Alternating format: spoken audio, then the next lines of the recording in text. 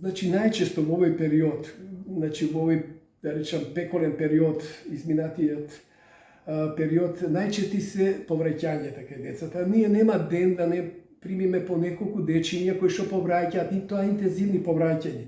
И тоа најверојатно се должи на таа, да речем, хигиена на рацете или небезбедна храна или небезбедна вода за пиење.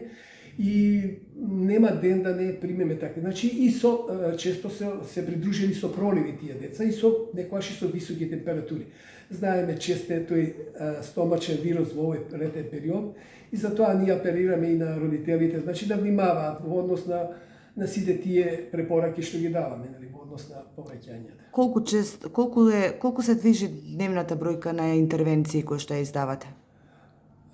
Мислите за прегледите или за хоспитализирани? Можеме да ги поделиме на прегледи и хоспитализации. Обично ние дневно имаме околу 20 до 30 на прегледи. Од тоа зависно од 3 до 5 дечиња се завршуваат на детското оделение, кај што мора да се лекуваат со инфузии и така.